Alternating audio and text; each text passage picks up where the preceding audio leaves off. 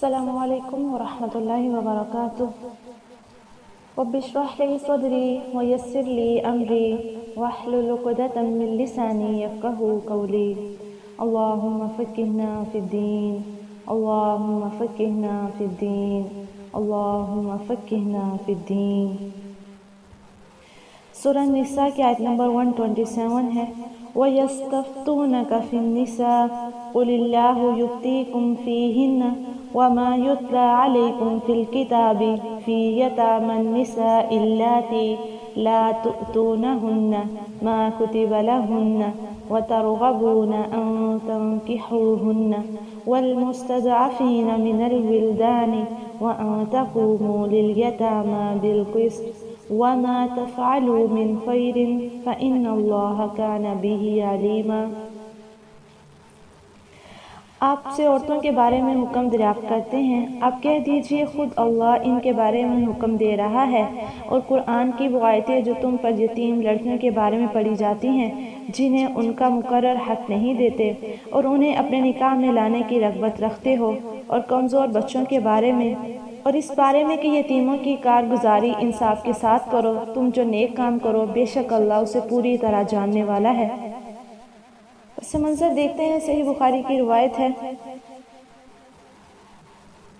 عائشہ فرماتی ہیں اس سے مراد وہ شخص ہے جس کی پرورش میں کوئی یتیم بچی ہو، جس کا ولی وارث بھی ہو، مال میں شریک ہو گیا ہو، اب چاہتا یہ ہو کہ اس یتیم سے میں نکاح کر لوں اس بنا پر اور جگہ اس کی شادی روکتا ہوں، ایسے شخص کے بارے میں یہ آیت اتری۔ صحیح بخاری کی روایت ہے 4600 نمبر پر۔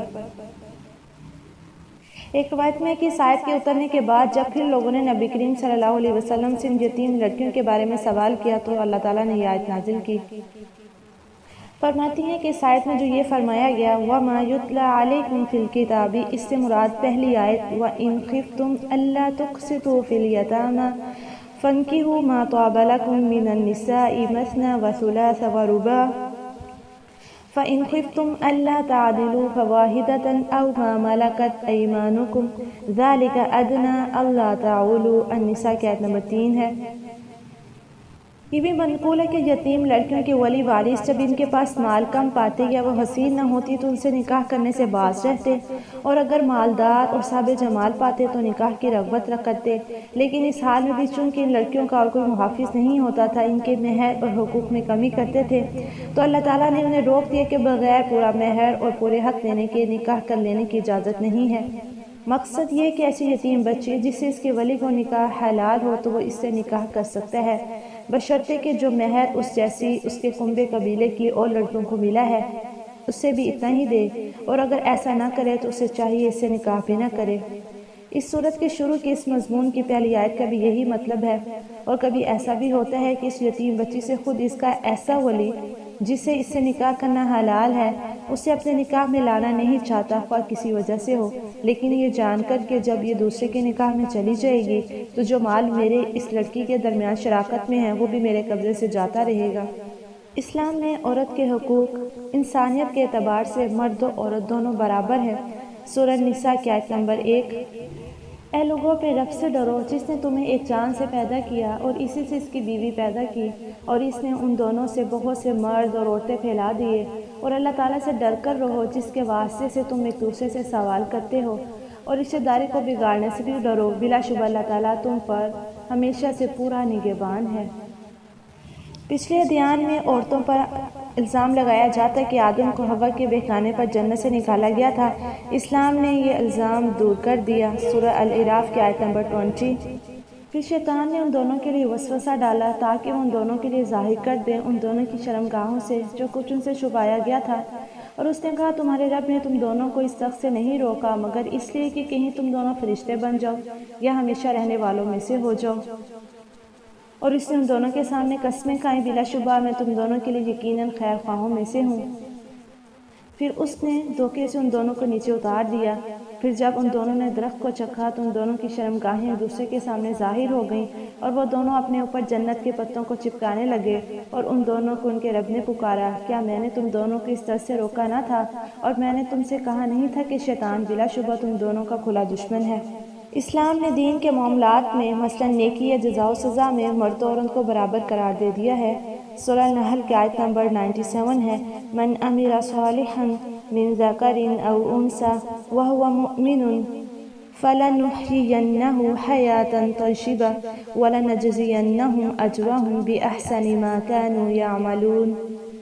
جو شخص نیک عمل کرے، خواہ مرد ہو یا عورت، اور وہ مومن ہو تو اسے ہم ضرور زندگی دیں گے، پاکیزہ زندگی، اور ہم ضرور بدلے میں ان کا اجر زیادہ اچھا دیں گے جو وہ عمل کرتے تھے۔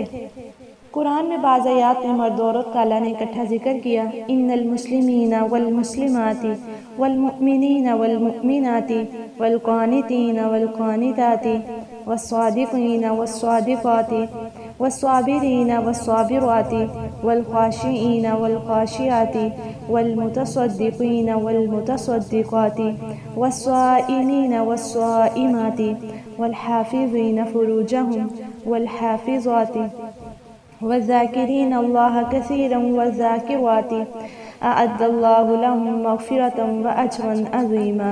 سورہ الاحزاب کی آیت نمبر 35۔ زمانہ جاہلیت میں عورت کی پیدائش پر غم منایا جاتا ہے، لیکن اسلام نے اس کی مذمت کی اور اسے حرام قرار دیا۔ سورہ نحل کی آیت نمبر 58۔ اور وہ اللہ تعالیٰ کے لیے بیٹیاں قرار دیتے ہیں، پاک ہے اس کی ذات، ان کے لیے وہی ہے جو وہ چاہتے ہیں، اور جب ان میں سے کسی کو بیٹی کی خوشخبری سنائی جاتی ہے تو اس کا چہرہ سیاہ ہو جاتا ہے اور وہ غم سے بھرا ہوتا ہے۔ اسلام نے عورتوں کے ویسے ہی حقوق رکھے ہیں جیسے مردوں کے۔ مال کی حیثیت سے عورت کے حقوق: ماں کے ساتھ احسان کرنا، وَوَصَّيْنَا الْإِنسَانَ بِوَالِدَيْهِ حَمَلَتْهُ أُمُّهُ وَهْنًا عَلَى وَهْنٍ وَفِصَالُهُ فِي عَامَيْنِ أَنِ اشْكُرْ لِي وَلِوَالِدَيْكَ إِلَيَّ الْمَصِيرُ۔ سورہ لقمان آیت نمبر 14۔ اور ہم نے انسان کو اس کے والدین کے بارے میں وصیت کی، اس کی ماں نے دکھ پر دکھ اٹھا کر اسے اٹھایا، اور اس کا دودھ چھڑانا 2 سال میں ہے کہ میرا شکر ادا کرو، اپنے والدین کا بھی میری طرف ہی لوٹ کر آنا ہے۔ والدین کے ساتھ حسن سلوک افضل ترین عمل ہے۔ حضرت عبداللہ بن مسعود رضی اللہ تعالی عنہ کا بیان ہے کہ میں نے رسول اللہ صلی اللہ علیہ وسلم سے سوال کیا، اللہ تعالیٰ کو سب سے زیادہ کون سا عمل محبوب ہے؟ آپ نے فرمایا بر وقت نماز ادا کرنا۔ میں نے پوچھا پھر کون سا؟ آپ نے فرمایا والدین سے نیکی کرنا۔ میں نے کہا پھر کون سا؟ آپ نے فرمایا اللہ کی راہ میں جہاد کرنا۔ والدین کے ساتھ حسن سلوک جہاد سے بھی افضل ہے۔ والدین کی رضا میں اللہ کی رضا ہے۔ سیدنا عبداللہ بن عمرو سے روایت ہے، رسول اللہ صلی اللہ علیہ وسلم نے فرمایا اللہ کی رضا والدین کی رضا میں ہے، اور والدین کی ناراضگی اللہ کی ناراضگی کا باعث ہے۔ صحیح الجامع 3507۔ والدین کی نافرمانی کو حرام قرار دیا گیا۔ حضرت مغیرہ رضی اللہ تعالی عنہ نے کہ نبی کریم صلی اللہ علیہ وسلم نے فرمایا اللہ نے تم پر ماں کی نافرمانی حرام کر دی ہے، اور والدین کے حقوق نہ دینا اور ناحق ان سے مطالبات کرنا بھی حرام قرار دیا ہے۔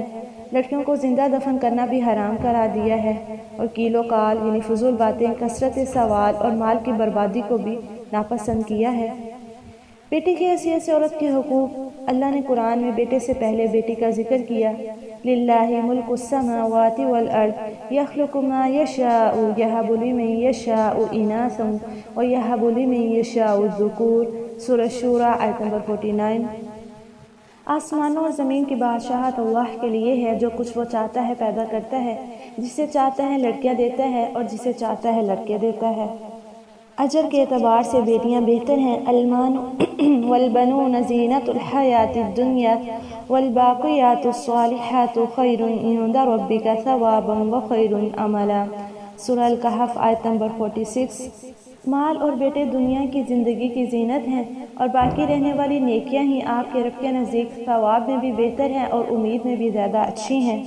اسلام نے بیٹی کو ناپسند کرنے کی ممانعت کی ہے۔ وَإِذَا بُشِّرَ أَحَدُهُم بِالْأُنثىٰ ظَلَّ وَجْهُهُ مُسْوَدًّا وَهُوَ كَظِيمٌ۔ سورہ نحل آیت نمبر 58۔ بیٹی آگ پر رکاوٹ ہوگی۔ سیدنا انس سے روایت ہے جس کی 3 بیٹیاں ہوں اور ان پر صبر کرے، انہیں کھلائے پلائے، لباس پہنائے، وہ آگ کے لیے رکاوٹ بن جائے گی۔ صحیح الجامع 294۔ بیوی کی حیثیت سے عورت کے حقوق: اللہ کی اطاعت میں شوہر ان کی مدد کریں۔ سورہ تحریم کی آیت نمبر 6 ہے۔ اے لوگو جو ایمان لائے ہو، اپنے آپ کو اور اپنے گھر والوں کو آگ سے بچاؤ جس کا ایندھن آدمی اور پتھر ہیں۔ جس پر تند مزاج سخت گیر فرشتے مقرر ہیں جو اللہ تعالیٰ کی نافرمانی نہیں کرتے اور انہیں جو حکم دیا جاتا ہے وہی کرتے ہیں۔ سورۃ طلاق کی آیت نمبر 6 ہے، انہیں بھی وہیں رہائش تو اپنی حیثیت کے مطابق جہاں تم خود رہتے ہو، اور تم انہیں تکلیف نہ دو کہ تنگی کرو ان پر، اور اگر وہ حمل والی ہوں تو ان پر خرچ کرو یہاں تک کہ وہ ذہ حمل کر دیں۔ پھر اگر وہ تمہارے لیے دودھ پلائیں تو ان کی اجرت انہیں دے دو، اور اچھے انداز سے آپس میں مشورہ کرو، اور اگر تم آپس میں تنگی کرو تو جلد ہی کوئی دوسری عورت اس کے لیے دودھ پلائے گی۔ لازم ہے کہ خوشحال اپنی وسعت کے مطابق خرچ کرے، اور جس پر اس کا رزق تنگ کیا گیا وہ اس میں سے خرچ کرے جو اللہ تعالیٰ نے اسے دیا ہے۔ اللہ تعالیٰ کسی کو تکلیف نہیں دیتا مگر اسی کی جو اس نے دیا ہے۔ اللہ تعالیٰ تنگ دستی کے بعد جلد ہی آسانی پیدا کرے گا۔ گھریلو معاملات میں مدد کرنا۔ سیدہ عائشہ کہتی ہیں، مجھ سے سوال کیا گیا رسول اللہ صلی اللہ علیہ وسلم گھر میں کیا کرتے تھے؟ تو فرمایا آپ اپنے کپڑے خود صاف کرتے، دودھ دھو دیتے اور اپنے کام خود کرتے۔ مسند احمد 256۔ زیب و زینت کا خیال رکھنا، عورت پر اعتماد کیا جائے، رازوں کی حفاظت کی جائے۔ سیدنا ابو سعید خدری سے روایت ہے، لوگوں کے ہاں مرتبے کے اعتبار سے بدترین وہ لوگ ہیں جو ایک دوسرے کے راز افشا کرتے ہیں۔ مسلم کی روایت ہے 1437۔ عورت پر مال خرچ کیا جائے، بہن کی حیثیت سے عورت کے حقوق۔ آگ سے بچاؤ کا ذریعہ۔ ام سلمہ سے مروی ہے، رسول اللہ صلی اللہ علیہ وسلم نے فرمایا، جس شخص نے اپنی 2 بہنوں یا 2 بیٹیوں، 2 رشتہ داروں کی بیٹیوں پر خرچ کیا یہاں تک کہ وہ بالغ ہو جائیں تو وہ آگ سے بچاؤ کا ذریعہ بن جائیں گے۔ صحیح الترغیب 1947۔ جنت میں داخلے کا سبب۔ حضرت انس رضی اللہ تعالیٰ عنہ بیان کرتے ہیں، رسول اللہ صلی اللہ علیہ وسلم نے فرمایا، جو آدمی 2 بچوں کی پرورش کرے یہاں تک کہ وہ بالغ ہو جائیں تو قیامت کے روز وہ اور میں ایسے اکٹھے ہوں گے جیسے یہ انگلیاں اکٹھی ہیں۔ تو اسلام نے الحمدللہ عورت کو حقوق دلوائے، اس کی حیثیت جو ہے وہ بڑھائی، الحمدللہ۔ سبحانک اللہم و بحمدک، نشہد ان لا الہ الا انت، نستغفرک و نتوب الیک۔ السلام علیکم ورحمۃ اللہ وبرکاتہ۔